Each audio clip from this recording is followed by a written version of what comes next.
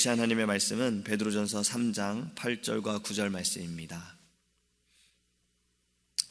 베드로전서 3장 8절과 9절입니다. 제가 주는 성경책은 신약성경 380페이지입니다.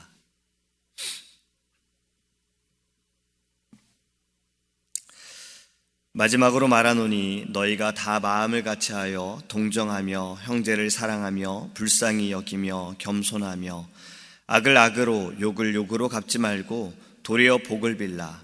이를 위하여 너희가 부르심을 받았으니 이는 복을 이어받게 하려 하심이라. 아멘. 말씀을 시작하면서 질문을 드립니다. 여러분들은 둘 중에 하나를 선택하라고 한다면 어떤 사람이 되기를 원하십니까? 돈을 주는 사람과 돈을 받는 사람, 이 둘 중에 하나를 선택하라고 한다면 어떤 사람이 되고 싶으십니까? 일반적으로 우리들은요, 돈을 받는 사람이 되고 싶다라고 말할 수 있어요. 우리들은 받는 것을 좋아하잖아요. 혹시 이 중에 우리 성도님들 가운데 돈 받는 거 싫어하는 분이 계신다면 괜찮습니다. 저에게 갖다 주시면 돼요. 우리는 다 이렇게 받는 것을 좋아하는 그러한 사람들입니다. 그런데 그거 아십니까? 돈을 주는 사람들은요, 돈이 있기 때문에 줄 수 있는 겁니다. 물론 돈이 없어도 주는 분들이 계시지만 돈을 이렇게 사람들에게 나눠줄 수 있다는 것은 내가 어느 정도 여유가 있기 때문에 돈을 주는 것입니다. 그렇다면 우리는 돈을 받는 사람보다 돈을 주는 사람이 돼야 되는 것이 우리에게 맞다라는 거예요. 그렇다면 사랑을 주는 사람과 사랑을 받는 사람 중에는 어떤 것을 선택하시겠습니까? 여러분들은 사랑을 주는 사람이 되기 원하십니까? 아니면 사랑을 받는 사람이 되기 원하십니까? 사실 결혼을 앞둔 청년들은요, 이 문제들을 두고서 많이들 대화를 합니다. 나를 사랑해주는 사람을 만나는 게 맞느냐, 아니면 내가 사랑하는 사람을 만나는 게 맞느냐. 아마 이 중에도 이 질문에 대해서 다들 답이 다를 것이라 생각이 됩니다. 사랑을 주는 사람과 사랑을 받는 사람, 이 둘 중에 하나를 선택한다면 나는 어떤 사람이 되어야겠는가? 여러분, 우리는요, 사랑을 주는 사람이 되기를 원합니다. 왜냐하면 우리는 이미 사랑을 하나님께로부터 받았기 때문에 이제는 그 사랑을 나눠주는 사람, 사랑을 베푸는 사람, 사랑을 전하는 사람이 되기를 간절히 원합니다. 제가 앞에서 말씀을 드렸던 이 두 가지를 요약한 찬양이 있습니다. 아마 여러분들도 아실 거예요. 예전에 아마 특히 어릴 때는 좀 많이 불렀던 찬양입니다. 사랑은 참으로 버리는 것, 아십니까? 버리는 것. 여기에 보면요, 이런 가사가 있어요. 이상하다 동전 한 입 움켜잡으면 없어지고 쓰고 빌려주면 풍성해져 땅 위에 가득하네. 이게 이 찬양의 끝에 나오는 가사입니다. 사랑은 이렇게 버리는 겁니다. 나눠주는 거예요. 우리가 가지고 있는 것들을 나눠주는 거예요. 그것이 하나님께서 우리에게 그리스도의 자녀된 자로서 우리가 가져야 할 본분인 줄 믿습니다. 오늘 우리에게 주신 성경 말씀도요, 축복의 삶에 대해서 말씀하고 계십니다. 그런데 너희가 축복받는 자가 되기 위해서는 축복하는 자가 되라라고 지금 우리에게 말씀하고 있습니다. 어떠한 마음으로 어떻게 축복해야 하는지 본문을 통해 나누기 원합니다. 8절을 다시 보면 너희가 다 마음을 같이하여 동정하며 형제를 사랑하며 불쌍히 여기며 겸손하며. 첫 번째는 마음을 같이하여야 합니다. 여러분, 마음을 같이 한다는 것은 너무나도 중요합니다. 우리의 모임 가운데에도요, 두 마음을 품게 되어지면 그 모임은요, 깨질 수밖에 없습니다. 같은 마음, 한 마음을 품어야지만 우리가 하나님께로 나아갈 수 있고 또 한 길로 갈 수가 있는 거예요. 우리가 예배하는 것도 마찬가지입니다. 우리는 하나의 마음, 같은 마음을 가져야 합니다. 어떠한 마음을 가져야 합니까? 예수의 마음을 가져야 합니다.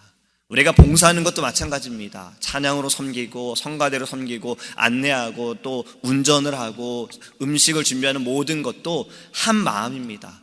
오직 주를 위해서 예수의 그 마음, 한 마음, 같은 마음을 가져야지만 우리가 주님께서 기뻐하시는 그 길로 나아갈 수가 있음을 우리가 알기를 원합니다. 또 두 번째는 동정하라라고 말씀하고 있습니다. 이 단어를 사실은요, 원문으로 해석해 보면 이 동정한다는 의미가 함께 고생한다라는 뜻이 있어요. 그러니까 함께 기뻐하는 겁니다. 나의 형제들과 함께 기뻐하고 또 이가 아파하면 같이 아파하고 슬퍼하면 같이 슬퍼하고 울면 같이 울고 즐거워하면 같이 즐거워하는 그 마음, 같은 마음처럼 함께 한다라는 의미가 있습니다. 나만 생각하는 이기적인 마음이 아니라 다른 이를 돌볼 줄 알고 배려할 줄 아는 마음이 우리 안에 있어야 된다는 거예요. 제가 이렇게 차를 타고 다니면서 사실 예전에 애틀란타에 저도 이제 미국 온 지 2004년에 왔으니까 15년이 되어 가는데 사실 그때쯤 됐을 때는 운전하면서 사실 이 빵빵 소리 들어본 적이 별로 없었어요. 그렇지 않습니까? 옛날에는 이렇게 앞에 차가 안 가도 그냥 다들 기다려줘서 저는 처음에 미국 왔을 때 와, 미국 다르구나, 사람들의 마음이 다르구나, 이 땅덩어리가 넓어서 이들의 여유가 이렇게 있나라는 생각을 했었거든요. 근데 지금은 다릅니다. 지금은 이제 조금만 사람들이 빨리 안 가도 뒤에서 얼마나 빵빵거리는지 모릅니다. 그러면서 이런 생각을 해봤어요. 앞에 사람이 물론 다른 생각을 하고 갑자기 뭐 여러 가지 마음을 갖고 있어서 뭐 운전을 지금 집중하지 못해서 못 가는 경우도 있지만 차가 고장이 나서 못 가는 경우도 있을 거고 그 사람이 갑자기 아파서 못 가는 경우도 있을 텐데 우리는 마음이 이제는 그 생각까지는 하지 않는다라는 거죠. 이걸 제가 왜 이 생각을 하냐면 나만 생각한다라는 거죠. 나 지금 빨리 가야 되는데 왜 내가 가는 길을 막고 있냐라고만 생각하는 겁니다. 근데 만약에 내가 그를 생각한다면 그 앞에 운전하고 있는 사람을 생각한다면 혹시 무슨 일이 있나? 어떻게 된 거지? 여러분 이것이 바로 동정하는 마음입니다. 함께 한다라는 거. 우리가 함께 살아가는 것처럼 우리가 주님께서 세우신 몸된 교회 가운데 우리가 한 가족이고 한 가정이고 한 형제일 때 나만 생각하는 것이 아니라 다른 사람도 이유가 있겠지. 그럴 사람이 아닌데 왜 그럴까? 혹시 힘든 일이 있을까? 물어봐야겠다. 기도해야겠다. 여러분 이것이 우리의 안에 있기를 간절히 소망합니다. 이것이 또 이어지는 것이 오늘 본문에는요, 형제를 사랑하라 라고 말씀합니다. 예수님께서 형제를 어떻게 사랑하라고 하셨습니까? 내 이웃을 내 몸과 같이 사랑하라. 좀 전에 들었던 말씀과 같은 거지요. 우리는 내 몸을 너무나도 많이 아낍니다. 내 몸을 아끼기 때문에 몸에 좋은 건 다 먹어요. 나한테 좋은 건 다 하려고 그래요. 이것이 내게 이익이 되는 것도 다 하려고 해요. 그것처럼 내 이웃에 대해서, 내 형제에 대해서도 그러한 마음으로 네 몸을 아끼듯이, 네 마음을 아끼듯이 형제를 그렇게 사랑해라. 그리고 어디까지 사랑하라고 하셨습니까? 원수까지도 사랑하여라. 여러분, 우리의 사랑의 근원은 어디입니까? 우리의 축복의 근원은 어디입니까? 우리가 오늘 불렀던 찬양처럼 우리 하나님께 있습니다. 우리는 하나님으로부터 사랑을 받았고 하나님으로부터 복을 받은 자이들이기 때문에 이 교회라는 가정의 형제 자매로서 우리는 서로 사랑하고 한 몸을 이루기를 간절히 소망합니다. 또 우리에게 주신 말씀은요, 불쌍히 여기라라는 거예요.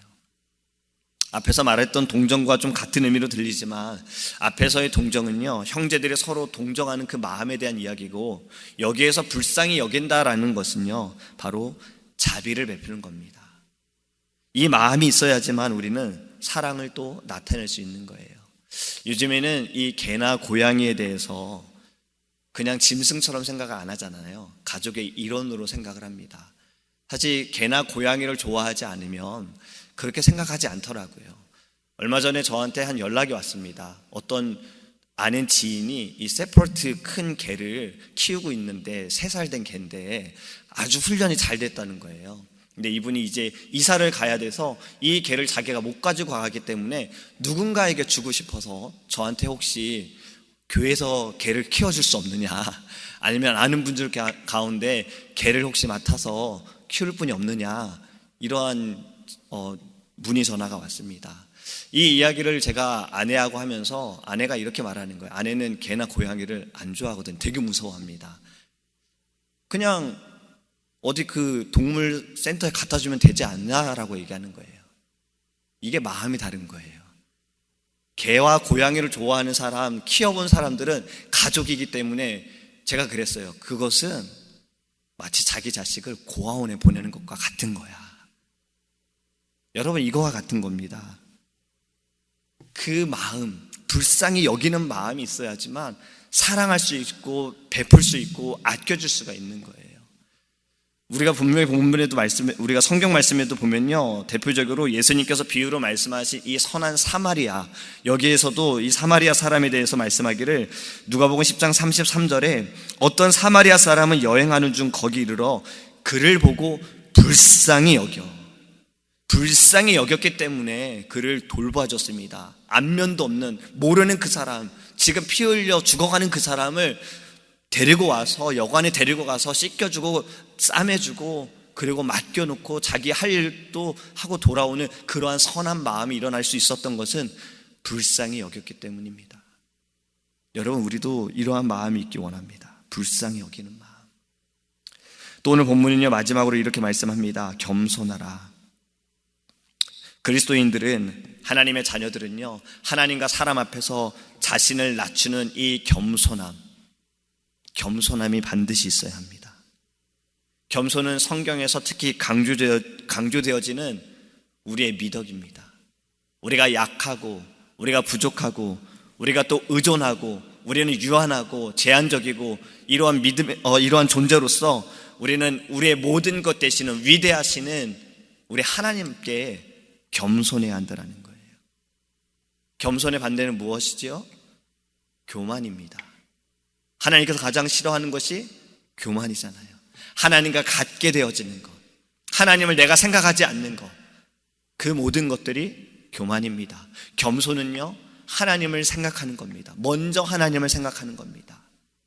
내가 무엇을 행하기 전에도 하나님을 생각하는 겁니다. 그것이 바로 또 기도가 되어지는 거예요. 주님, 제가 이것을 해도 괜찮습니까? 주님, 제가 이것을 하는 것이 맞습니까? 주님께 묻는 것, 이것이 바로 겸손이라는 겁니다. 우리 모두는 하나님 앞에서 이 반드시 가져야 할 태도, 겸손함을 갖기를 간절히 소망합니다. 오늘 이 말씀이 우리에게 주시는 축복을 하는 자들이 가져야 할 마음입니다. 근데 이 축복을 행하는 것이 어떻게 나타나야 하는가? 9절에서 계속해서 말씀하고 있는데요, 악을 악으로, 욕을 욕으로 갚지 말고 도리어 복을 빌라. 욕을 먹었는데 욕을 해줘야 뭔가 마음이 풀리지 않습니까? 우리 운전할 때 그렇잖아요. 운전할 때 우리의 본성이 드러납니다. 한 대 맞으면 여러 대 못 때리더라도 왠지 한 대 때려줘야지만 내가 속이 확 풀릴 것 같은 그러한 본성이 우리에게 있잖아요. 근데 하나님을 믿는 사람들은요, 이 본성을 벗어나서 그리스도의 마음으로 축복하라라고 지금 말씀하고 있는 것입니다. 왜 그럴까요? 왜 하나님의 자녀들은, 하나님의 사람들은 세상 사람들이 볼 때 손해보는 것처럼, 뭔가 되게 그렇게 당하고 있는 것처럼, 뭔가 부족한 것처럼 보여야 하는, 맞으면 똑같이 갚아주지 못하고 그 때리는 대로, 당하는 대로 우리는 받으면서 왜 그렇게 살아야 할까요? 그것은 두 가지 이유가 있습니다. 주님께서 그렇게 사셨기 때문입니다. 주님께서 이 땅에 사시면서 한 말씀으로, 한 마디로 주님이 그 모든 것을 완전히 바꾸실 수 있음에도 불구하고 그 고난, 자신이 받는 모든 고난도 한 번에 고난을 주는 이들을 무너뜨릴 수 있음에도 불구하고 주님은 다 당하셨습니다. 그리고 우리에게 말씀하시기를 너희도 나를 따라와라, 너의 십자가를 지고 나를 따라와라 말씀하셨기 때문에 우리는 욕을 먹더라도 욕으로 갚아서는 안 되고, 악을 당하더라도 악으로 갚아서는 안 되는 것이 주님께서 그리하셨고, 우리에게 말씀하시는 것은 너희는 악으로 당하더라도 선으로 행하여라, 너희가 미움을 당하더라도 너희는 사랑으로 갚아주라라고 말씀하셨기 때문입니다. 또 두 번째는요, 오늘 본문의 말씀에 있는 것입니다. 바로 복을 이어받게 하기 위함인 것입니다. 지난 새벽에도 말씀을 드렸던 것처럼 우리 이 땅에 살아가면서 억울한 일들을, 억울한 상황들을 많이 겪습니다. 그러할 때 어떻게 하라고 하셨죠? 말씀 가운데 하나님을 생각하며 참으라 라고 말씀했습니다. 요셉이 축복의 사람이 되고 그가 서 있는 자리가 축복의 자리가 되어지고 그로 인해서 그 자리에 있는 사람들이 축복을 받았던 것은 요셉이 모든 것을 하나님께 맡겨드렸기 때문입니다. 근데 우리가 내가 하는 것처럼 요셉이 했다라면, 자신이 그 억울한 상황을 당하고 그가 당한 것들을 내가 이것을 반드시 복수해야지, 내가 한 것도 아닌데 왜 나한테 이렇게 하는 거야, 형제들 복수해야지, 그 주인 여주인도 복수해야지, 이러한 마음으로 그가 복수했다면 그는 축복의 사람이 될 수 없었던 겁니다. 모든 것을 하나님께 맡겨드렸고 하나님께서 행하시는 그 뜻 가운데 그는 순종하며 나아갔기 때문에 그는 축복의 사람이 될 수 있었던 것이고 이 축복이 이어졌던 것입니다. 여러분, 예수님께서 원수를 사랑하라고 말씀하시고 바울이 욕을 먹으면서도 축복을 한 것은요, 이 복이 이어지기 위해서였던 것이고 그 복이 지금 우리에게까지 흘러넘치고 있는 것입니다. 우리는 축복의 통로라는 말씀을 들어보시지 않았습니까? 여러분, 통로가 무엇입니까? 통로는요, 통하는 길입니다. 우리가 축복의 통로다라는 말씀은요, 우리를 통하여 하나님의 축복이 이어지는 것이고 이것이 연결되어지는 거예요. 여러분 모두는 하나님께서 축복의 통로로 세우셨습니다. 하나님의 축복을 받은 자로서요, 이제는 그 축복을 하는 사람이 되어지기를 간절히 소망합니다. 이 축복이 멈춰지지 않도록 우리가 모두 마음을 같이하고 서로 사랑하고 동정하고 불쌍히 여기고 배려하고 겸손함으로 그리스도의 축복의 통로가 되는 저와 우리 성도님들 되시기를 주님의 이름으로 축복합니다. 기도하겠습니다. 사랑의 하나님,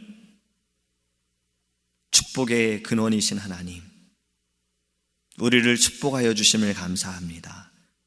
우리는 하나님께 축복을 받은 자로서 이제는 그 축복을 나타내는 자가 되기 원합니다. 축복하는 자가 되기 원합니다. 축복의 통로가 되게 하여 주시옵소서.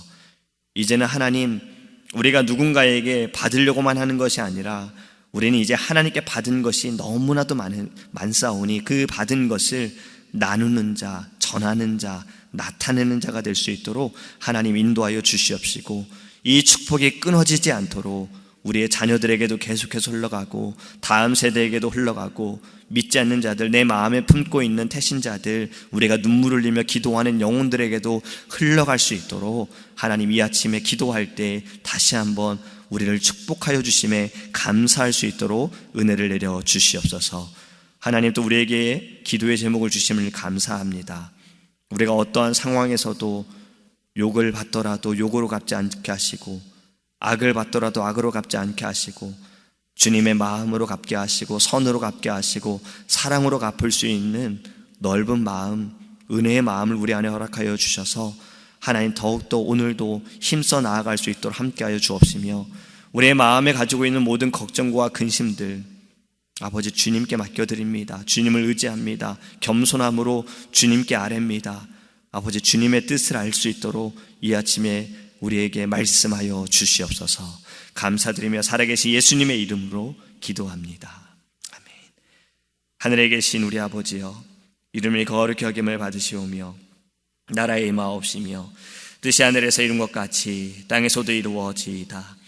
오늘날 우리에게 일용할 양식을 주옵시고 우리가 우리에게 죄 지은 자를 사하여 준 것 같이 우리의 죄를 사하여 주옵시고 우리를 시험에 들게 하지 마옵시고 다만 악에서 구하옵소서. 대개 나라와 권세와 영광이 아버지께 영원히 쌓옵나이다. 아멘.